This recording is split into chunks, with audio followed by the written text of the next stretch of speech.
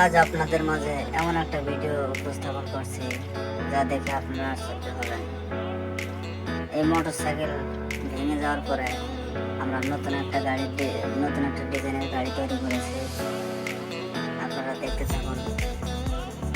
7 আপের বোতল দিয়ে কীভাবে মোটরসাইকেলের চাকা দিয়ে গাড়ি তৈরি করা যায় আপনারা শিখে রাখুন, পরবর্তীতে কাজে লাগবে। এইভাবে আমরা বোতল আগুনে শিক গরম করে বোতল কানা করে